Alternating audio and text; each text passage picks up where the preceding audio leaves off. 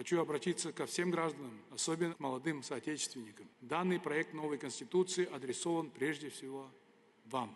Вы получили редкий шанс отдать свой голос на референдуме и тем самым стать сопричастным к судьбе нашей Родины, к великому делу. Другими словами, вы сможете вписать свое имя в историю Казахстана как творцы его основного закона, как творцы отечественной летописи. Спустя много лет, уже умудренные жизненным опытом, вы с полным правом сможете с гордостью и во всеуслышание сказать: «Я выполнил свой гражданский долг и внес вклад в принятие основного закона моей страны». Ваш выбор, дорогие соотечественники, не просто галочка в бюллетене, а веское слово за поистине народную Конституцию. Именно молодым людям предстоит вывести Казахстан на путь устойчивого прогресса.